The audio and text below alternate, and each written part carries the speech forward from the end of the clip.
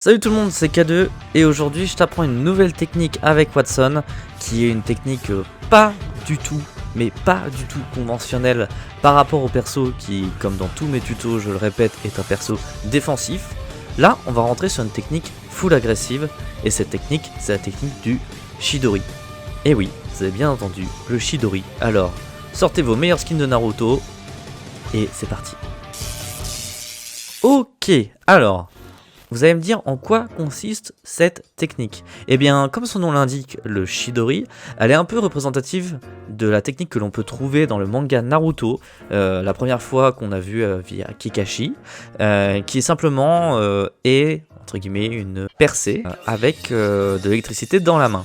Ce qui est plutôt logique avec le personnage de Watson, et c'est pour ça que je trouvais le nom Chidori plutôt marrant à donner à cette technique. Ce qu'on va faire, c'est simplement prendre une première fence, la poser à même le sol, continuer à courir vers l'ennemi, et poser la deuxième fence juste derrière lui ou devant lui, dans l'idée de pouvoir le faire reculer ou avancer dans notre fence, le stunt, et ensuite le one clip. La difficulté de cette technique est simplement dans le timing et dans le fait que vous êtes vachement exposé. C'est une technique qui ne peut marcher que quand vous êtes en groupe et que quand vous êtes avec une team et que les ennemis en face de vous sont plus ou moins déjà focus sur un de vos mates. Vous pouvez tenter sur un gars qui vous focus vous, mais comme vous êtes vraiment à total découvert et que vous foncez littéralement sur l'ennemi, c'est une technique assez dangereuse. Pour être totalement transparent, ce n'est pas une technique que vous allez faire beaucoup de fois dans vos fights.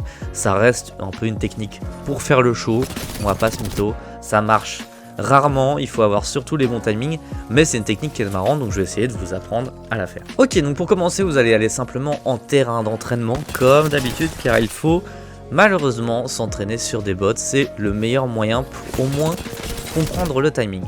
Vous allez prendre une arme full équipée, vous allez prendre un shield ou peu importe, c'est pas le problème. Et vous allez commencer à courir sans arme vers le bot, d'accord? Une fois que vous allez arriver à mi-distance entre le bot et la plateforme de là où vous venez, vous commencez à placer une fence par terre. Vous continuez à glisser, car tout va se passer plus ou moins dans la glissade.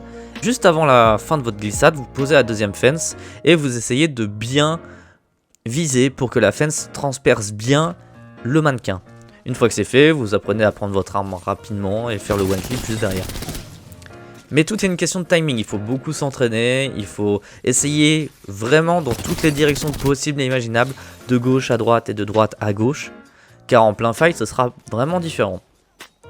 Ensuite, si vous avez des ennemis sympas, comme moi j'ai eu la chance d'avoir Cassie qui m'a aidé pour faire cette vidéo, vous demandez à un pote à vous simplement de se mettre sur un côté, de se mettre peu importe, et de simplement prendre un P2020, parce qu'il ne faut pas commencer avec une arme AR ou une SMG car sinon vous n'allez jamais réussir à apprendre. Et vous commencez à vous entraîner sur une personne qui bouge. Vous demandez donc à votre pote qui se mette en PR1, qui fasse des gauche-droite, qui commence à bouger comme s'il était en fight. Et là, ça va être que de l'entraînement, de réussir à trouver des timings, des trajectoires où vous êtes les plus à l'aise. Ce qui peut être intéressant, c'est de toujours essayer de viser en diagonale et pas simplement en ligne droite. Il faut savoir que votre ennemi pourra faire des gauche-droite, reculer, avancer. Mais en règle générale, quand on est dans un fight, on se tourne plus ou moins autour. Donc l'idée de faire des diagonales permet de couvrir une plus large, on va dire, distance et d'améliorer vos chances que la personne se prenne la fence. Après, au niveau du timing, il faut le faire assez vite et c'est en fonction de la personne qui est en face de vous, comment vous voyez s'il avance ou plutôt recule, c'est vous qui allez devoir vous approprier ce truc-là. Ce qui peut vous rassurer au début. Alors, l'idée de la technique, c'est de ne le faire qu'avec deux fences, mais sur certains fights, c'est plus compliqué de le faire qu'avec deux fences, parce qu'à un moment donné, on veut simplement réussir notre fight, hein, on n'est pas juste là pour faire du show.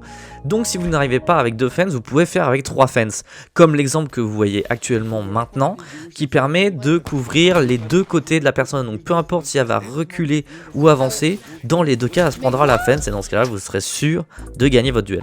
Non mais alors ça par contre je m'y attendais pas du tout. Voilà, j'espère que ce petit tuto t'aura appris quelque chose. Comme je l'ai dit, c'est une technique assez compliquée à prendre en main et pas sûr qu'en fight, à moins que tu veuilles vraiment la caser pour faire un clip, Je ne sais pas si ça peut marcher vraiment tout le temps. Moi je sais que je l'ai fait plusieurs fois, notamment en arène, parce qu'en arène ça peut être vraiment très fort, parce que parfois tu peux même stun 2 personnes en même temps et du coup ton équipe gagne le fight.